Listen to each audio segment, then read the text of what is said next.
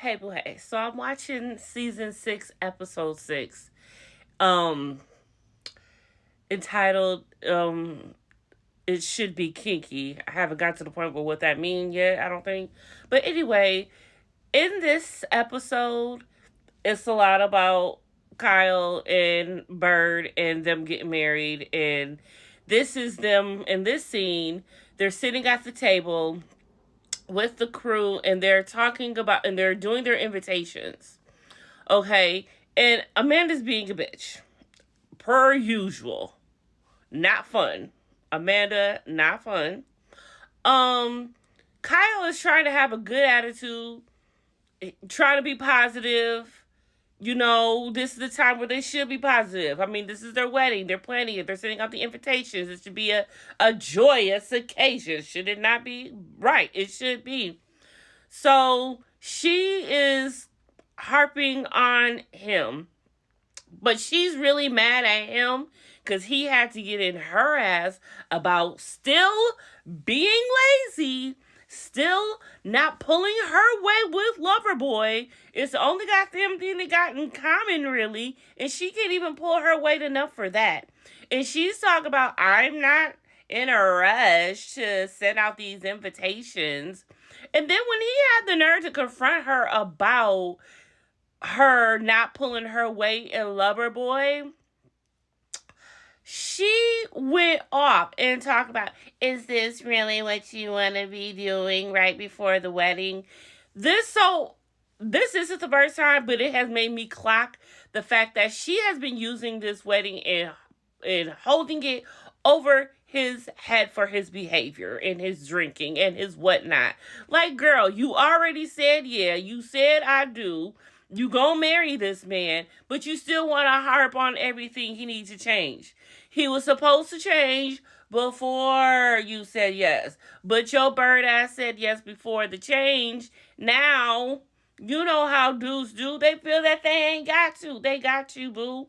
And the fact that he taking care of your ass should be another clear indication, like, bitch, you got a lot of nerve to say anything.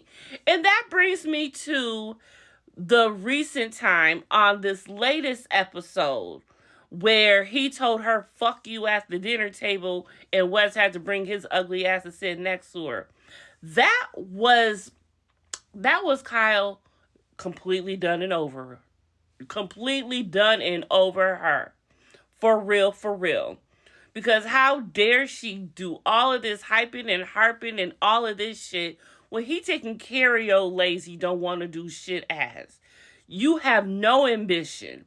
You have no talent. You have no character. But for some reason, he married you. And I think he's trying to figure that out himself. And I hope he seeks therapy to go figure out why the hell did you even want to marry this bitch in the first fucking place. You wasn't nothing but a hookup season 1 day. You hooked your witch onto him, hooked, wagged, and onto him so you could be something. And all you shown us is that you are nothing. But the fact that even you as the bride isn't happy filling out her invitations in the company of all of her friends and those that love her, you got a lot of her. This is the face. This is the face. And he told her, I was like, you've been annoying like this whole day. Like, can you just, like, boo? Can you? Can you? No, she can't even do that. She can't even do that. So this wedding, this marriage has always been a recipe for disaster. It was never gonna last because it never should have happened. But this is your man. This is your new man. This is your man. This is your man.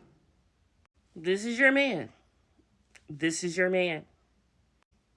This is your man. This your man. Look at your man. Look at him. And you gonna sit beside him. Especially in 2 weeks when you gonna meet his parents. After you done found out he been fucking married women. You weren't the only married one. You thought you were only married one? Boo. Blah, boo, boo. You thought you was special? You thought you were the only married woman he was fucking on? Oh, honey. You're so gullible. And such a bird. How you too, my pretty. Come on. That is the Hansel and Gretel witch for real. Team Sierra.